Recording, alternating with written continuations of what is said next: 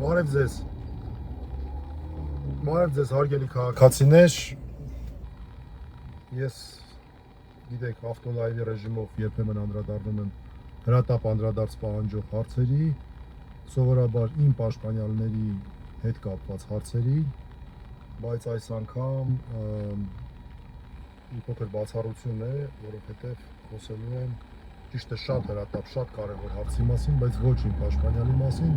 մեր 5 իրավապաշտպաններից մեր մյուս ընկերոջ Վահան Հովհաննիսյանի պաշտպանյալ 44 օրյա պատերազմում հերոսաբար զոհված Մխիթար Գալեյանի հոր Գարիկ Գալեյանի նկատմամբ ուղղակի բառեր չեմ գտնում այդ քայլը բնութագրելու համար։ Լավ, ավակ շաբաթ է, փորձեմ մի քիչ զսպացություն դրսևորել, ինչը շատ դժվար է, խայտառակության վերաբերյալ։ Ճիշտ է, ֆորմալ առումով Գարիկ Գալեյանի պաշտպանը մեր Վահան Հովհաննիսյանն է, բայց մենք բոլորս, ոչ միայն մենք, 5 իրավապաշտպաններս, այլև կարծում եմ ցանկացած առողջ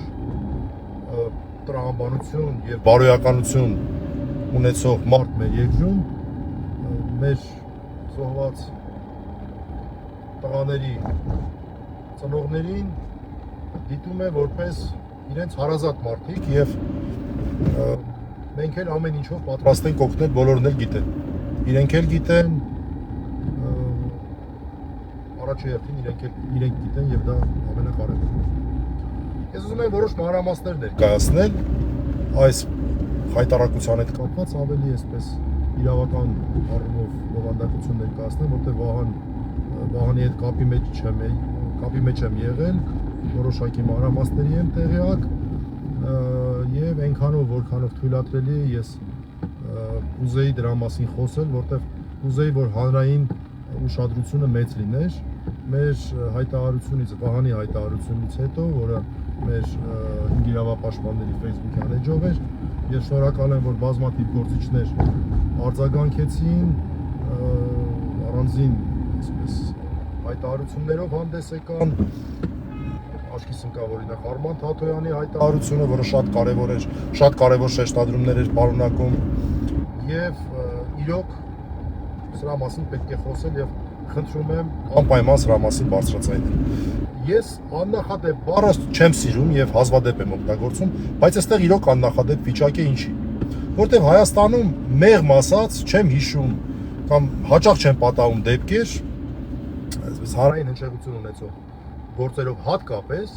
երբ որ հստակ է սևով սպիտակի վրա մարդու անազատության ժամկետ է նշված լինում եւ այդ ժամկետը անցնում է եւ մարդը մնում է անազատության մեջ։ Իսկ Գարիկ Գալեյանը դատավոր Մասիս Մելքոնյանի դատավճռով, խայտառակ դատավճռով, որը բողոքարկվել է, հիմա վերաքննիչում է գտնվում, խայտառակ դատավճռով դատապարտվել է ազատազրկման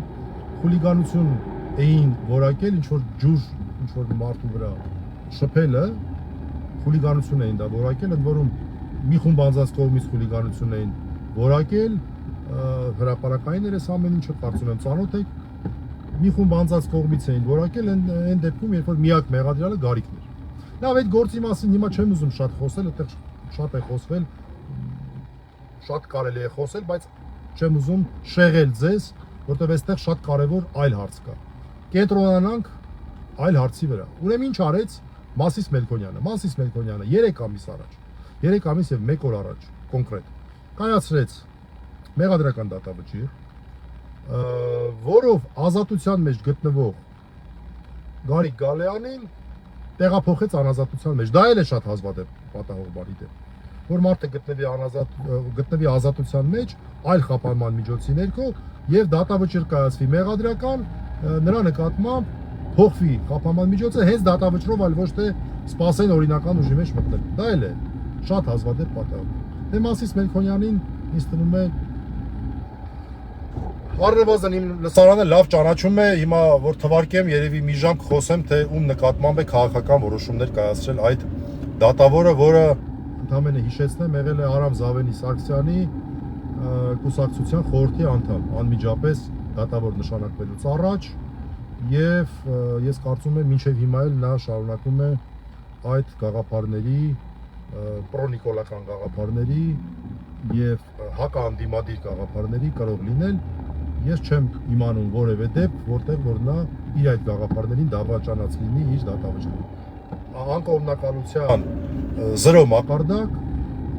վստահության զրոյին ձգտող մակարդակ լավ չասեմ զրո այստեղ չասեմ զրո ինձ թվում է ես ամենայն դեպս չգիտեմ դեպքեր բայց օգտագործեմ զրոյին ձգտող արտահայտությունը խղճի սարչև հանգիստ լինելու համար ինձ թվում է ինքը կհասկանա ինչ եմ դից ասում այլ չեմ ասում զրո ասում եմ զրոյին ձգտող լավ կայացրեց այդ խայտարակ որոշումը պաշտպան Վահան Հովհաննիսյանի կողմից բողոքարկվեց վերաքննիչ դատարան այդ որոշման մեջ նշել էր ուղիղ սևով սպիտակի վրա բառացիորեն տարածիորեն 3 ամիս ժամկետով կիրառել տնային կալանք 3 ամիս ժամկետով սևով սպիտակի վրա լավ է արել որ ժամկետ է սահմանել վատ է արել որ տնային կալանքի է տեղափոխել դա միանշանակ բայց մարդը որոշել է ժամկետ սահմանել դատարանն է ինքն է որոշել է ժամկետ սահմանել օքեյ ժամկետ է սահմանել եւ տրամաբանական ժամկետ է դա առավելագույն ժամկետն է որ տնային կալանքի մասով կարող է կիրառվել ասենք 4 ամիս ժամկետով չէր կարող կիրառվել եւ տրամաբանական է այն առումով որ եթե բողոքարկվի հաստատ վերաքննիչ դատարանի առաջին նիստը կլինի այդ ժամկետի մեջ ավելի ուշ չի կարող լինել չբողոքարկվեր բնականաբար բողոքարկվելու էր հասկանում եք բայց տեսականորեն չբողոքարկվեր ուժի մեջ կմտներ արդեն էլ խափաման միջոցի խնդիր չէր առաջանում բնականաբար բողոքարկվել է եւ վերաքննիչ դատարանի կազմը Վահանից թույլտվություն չեմ ստացել հրապարակելու շատ ճակերտավոր հետաքրքիր կազմ է իրականում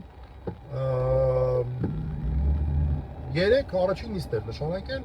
եւ բոլորս էլ հասկանում ենք Վահանի հետ կապի մեջ էի իդեպ անպայման ուզում էի գնայի մասնակցել այդ նիստին բայց վերջի պահին հատիկների գործով ինձ հրատապ հրավիրեցին հակակոռուպցիոն կոմիտե կարծում եմ մեր իրավապահ համապատասխան մարմինները գիտեն ինչ պատճառով մեկնաբանելու բան չունեմ հրավիրեցին լավ արեցին վատ հարցով չէին հրավիրել դրա համար ցավոք սրտի չկարողացա գնալ միակ վատ բանը այն էր որ չկարողացա գնալ շատ է ուզում Գարիկ Գալեյանի նիստին գնալ մասնակցել նիստը տևել է բավական երկար կարծեմ Վահանը ասեց մոտ 3 ժամ է նիստը տևել եւ նիստի ընթացքում բազմաթիվ հարցեր են քննարկվել բայց կալանքի հարց նո այսինքն խափաման միջոցի հարց ընդհանրապես չի քննարկվել խափաման միջոցի հարց հրապարակային նիստ է եղել ձայնագրվող նիստ է եղել բայց հարցնում եմ ասում լավ կարող է քննարկվելա չես հիշում տես չհարցրեցի իհարկե ասես մեր ձևով տենց ասած չհասկացա ինչի մասնակցում ինչի որտեվ գլխիս մեջ չի տեղավորվում ոնց կարող է խափաման միջոցի ժամկետը ավարտված լինի վերաքննիչ դատարանն էլ հաստատ հատուկ էր նշանակել այդ օրը եւ ուրեմն մարդուն չթողեն տնից դուրս գա ինչն է այստեղ կարևոր մտքովս անցավ ասեցի լավ երևի մարդկային են գտնվել ճիշտ էր գրել Թադոյանը հեսա մերելոցն է այստեղ շատ կարևոր նրբություն կա ուշադրություն եմ դարձնում Սուրբ Զատիկի հաջորդ օրը դե գիտեք մերելոցն է 3 ամիս այդ մարդուն թույլ չեն տվել որ այցելի իր հերոս տղայի շիրիմի մխիթարի շիրիմի պատկերացնում եք այդ մարդկանց համար ես գիտեմ թե ինչ ցավա այդ պատիժը այսպես ասած այդ պատիժը ահավոր մեծ ցավ է շատ ավելի այսպես մեր համար ծանր բաներ կարող են լինել որ այդ մարդիկ մեծ տոկունությամբ տանեն բայց որ թույլ չեն տալի իրենց զոհված տղայի շիրիմին այցելել տանպես բանադարել երրաբլուր է այդ մարդկանց համար դա ահավոր է ուղղակի ահավոր է դա ծանր խոշտակման է հավասար պատիժը այդ մարդկանց համար մտածեցի ասեցի երեք որ իմացա տենց ասեցի լավ ուրեմն մեջները մարդիկ են եղել որ ասել են լավ այդ անմարդկային բանը չարել մի քանի օր առաջ էլ 3 թե 4 օր առաջ այցելեցի իրենց տուն սուրճ խմեցինք Գարիկի հետ որովհետև այցելությունները փակ չեն դա էլ ասեմ էլի այցելությունները փակ չեն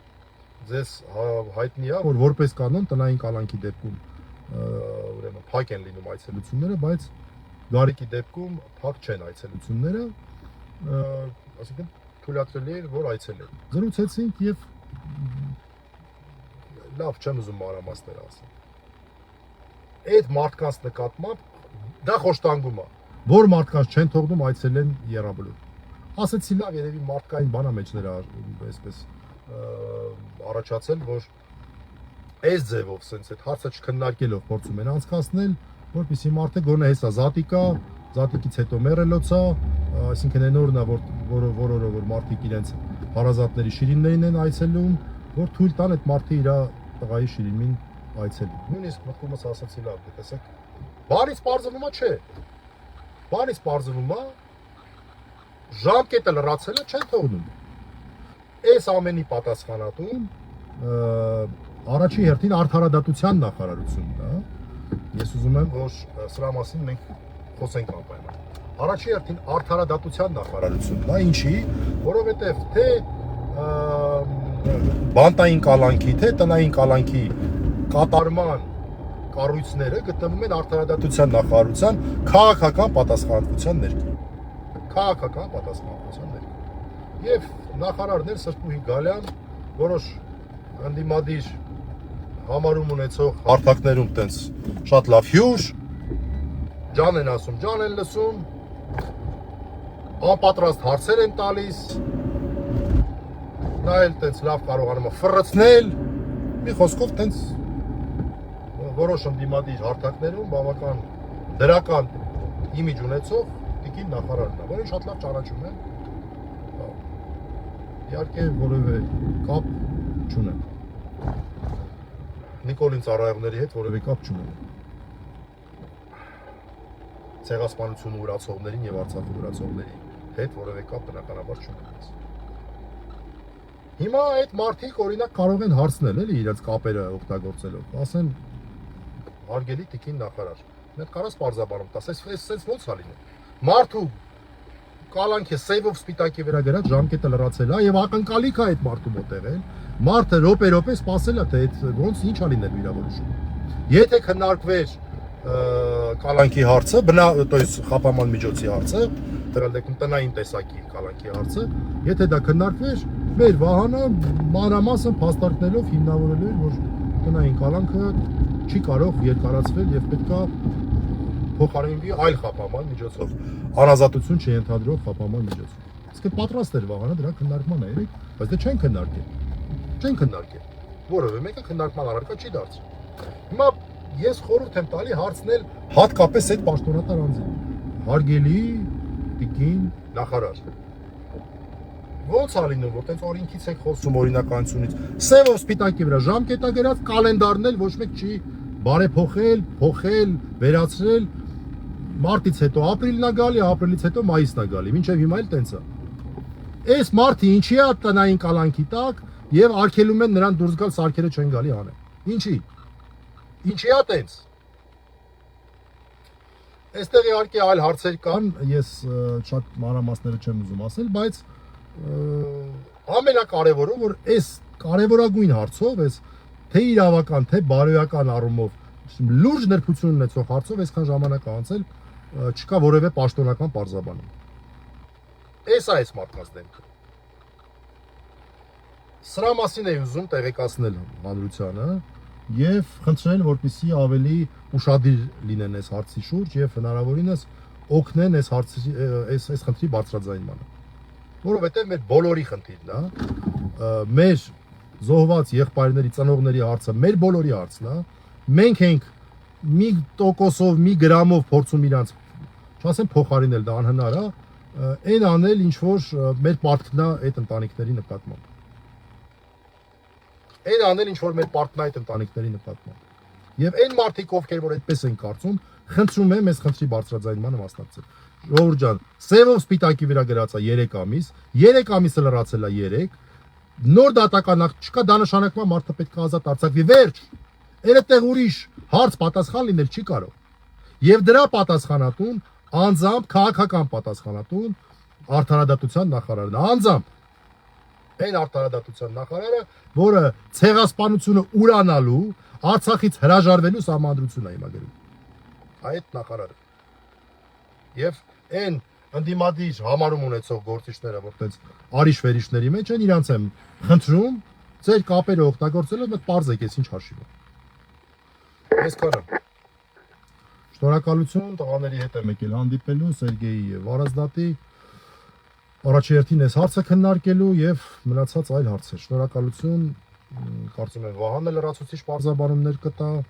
Սպասենք, տեսնենք ինչ բարձաբանումներ է տալու իրավասու մարմինները։ Շնորհակալություն։